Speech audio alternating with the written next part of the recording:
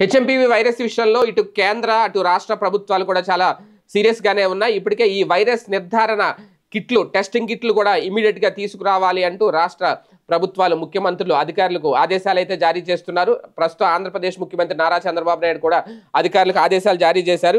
Immediate గా ఈ virus నిర్ధారణ కిట్లు అయితే అప్పట్లో కరోనా వైరస్ టెస్టింగ్ కిట్లు అయితే ఎలా తీసుకొచ్చి రైల్వే స్టేషన్ల దగ్గర బస్ స్టాండ్ల దగ్గర ఆసుపత్రుల్లోనూ ఎలాగైతే టెస్టులు చేశారో ఇప్పుడు కూడా ఇమీడియట్ గా ఈ టెస్టులు అయితే మొదలు పెట్టబోతున్నారు త్వరలో. ఇలాంటి టెస్టులు ఇమీడియట్ గా వేగంగా గనక చేస్తే వైరస్ ఎవరిలో ఉంది అని గుర్తించవచ్చు.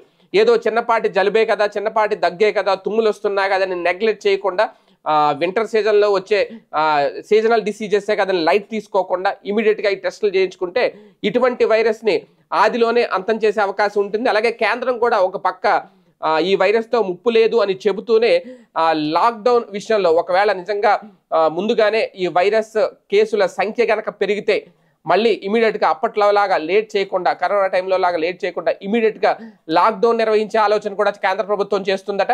అదే గనక చేస్తే మళ్ళీ ఈసారి, ఎందుకంటే ఈ వైరస్తో ముప్పు ఉందా లేదా అనేది ఒక ఎత్తు అయితే, ఈ వైరస్ను సోకకుండా మాత్రం ముందుగానే అరికట్టాలి అంటే ఖచ్చితంగా లాక్డౌన్ ఒక్కటే మార్గం.